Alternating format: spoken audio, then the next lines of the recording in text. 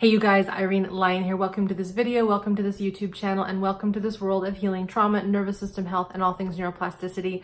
I want to do a review on a topic today, and the topic is that of orienting.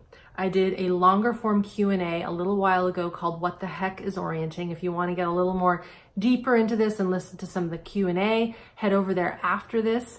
But the reason I want to bring this back in is because it's so important and it forms one of the main pieces that I teach, and of course my colleagues teach, within the world of healing trauma at the somatic level. I learned about this concept from Dr. Peter Levine, the founder of Somatic Experiencing. That is one of the things I am trained in.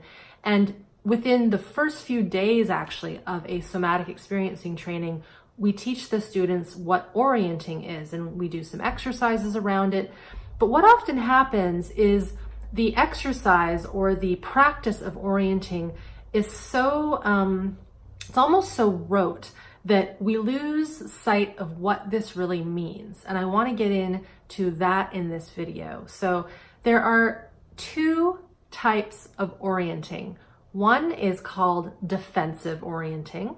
The other is exploratory orienting.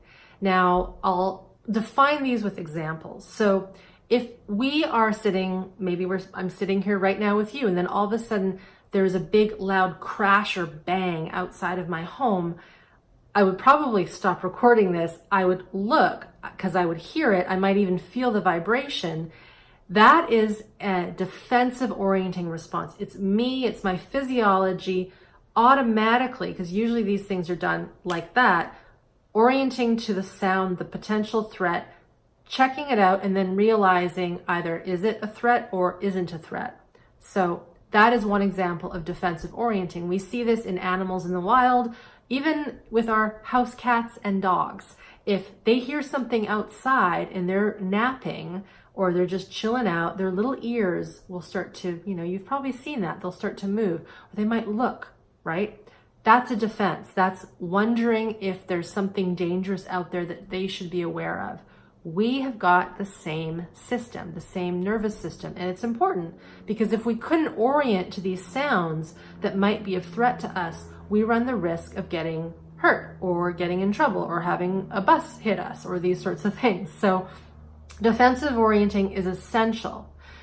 The second kind of orienting is exploratory orienting. And exploratory orienting is us taking in the environment in a exploratory way, in a way that is relaxed, that is calm, that is for pleasure, that is to really take in what's around us. The best example I can give is, why do you think people go and watch the sunset, right? It is to see the sunset and all the colors, but it is actually a very good way to exploratory orient and just be and see the environment around us, usually in a non-stressful state.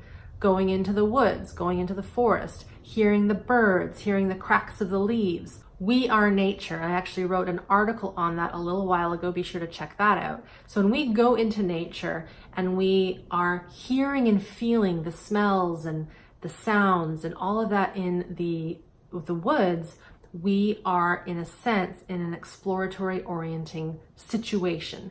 And it's very soothing, it's very calming for the nervous system. So again, defensive and exploratory. Here's the thing though.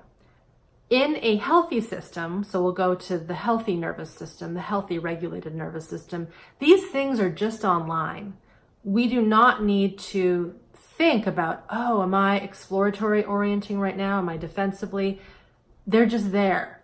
We hear things, we look. We're in a beautiful setting, we check it out, right? We're about to cross the street, we look both ways, because that's the thing you do when you cross the street. You have to orient to be able to realize this is safe or this is not safe, I have to wait.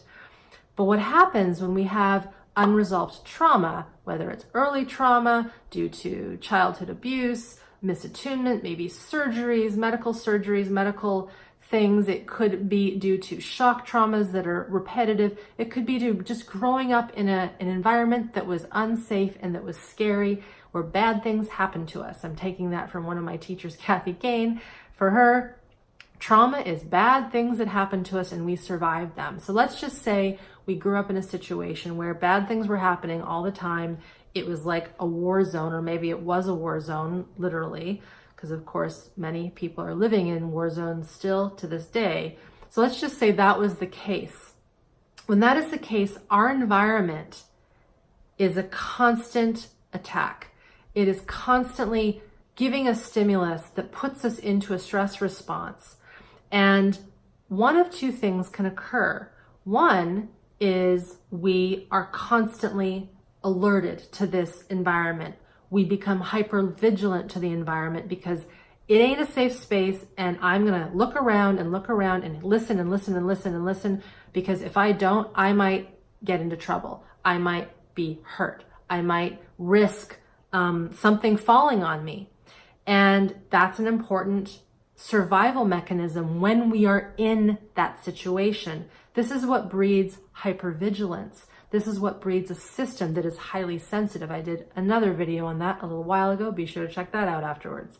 So one way is we respond to the environment by being hypervigilant to it and overly defensively orienting because we might have to. That's one scenario. Another scenario is someone might know that there's all this bad stuff happening to them, but rather than becoming hypervigilant, can you guess what a person might do? They shut it out. They stop seeing the environment. They go completely internal, maybe in the head, which is what we have seen in our somatic healing works, in our somatic healing worlds, because to feel the physiology is too much, so we cut off from this body of ours and we just live in our psyche. We live in a very introverted world because it's too intense out there, so I'm just going to shut it out because that is going to preserve my sanity and my biology. And again, when we were in those situations, it was probably really important to survive. The thing is, if you've been with me for a little bit in these videos and you've been learning, if you're new, thank you for being here. What we learn, or what we know, is that these wounds don't just heal with time. We have to actively work with them. And so no matter what the situation, maybe it's hypervigilance or maybe it's shut down and just blocking it all out, what we have to realize is that these responses are there for a reason. And we have to, in a way, disarm them. We have to reteach our body, reteach our orienting response to come back online. So that might mean, for example, and I'll challenge everybody watching this to become more attuned to this, the moment we walk out of our home or apartment or whatever, wherever we live, we start the orienting response. We look left and right. We see we're about to step. We maybe smell the air. We feel the temperature. We listen to the birds or the cars or whatever it is in our environment. When we're walking towards that street and we're about to cross the street, actively looking both ways, almost overly so, but slowing it down so that we feel our head and our neck looking. There are all these ways that we can bring more orientation into our world that are just simple. It could be even as you are sitting and watching television every now and again, if you watch television, looking away and then coming back, seeing what it's like to disengage from what we're looking at so that we can feel what it's like to look somewhere else. And by gradually, over time, lots of time and diligence and intention, we can start to shift maybe our overly defensive orienting response to become more exploratory. And as we become more exploratory with our orienting response intentionally, our system starts to feel it.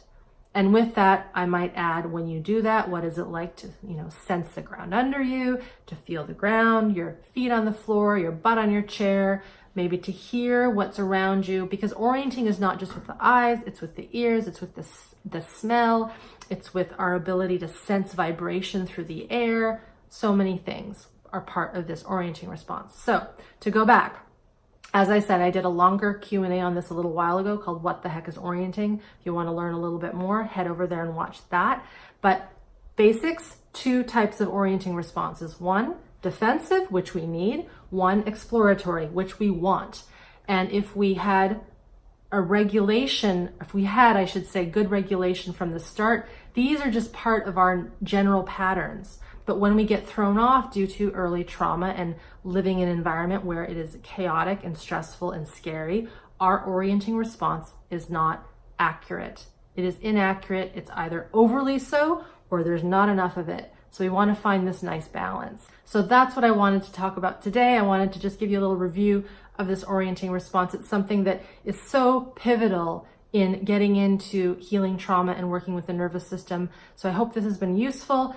Take very good care and practice looking both ways when you cross the street. Bye for now.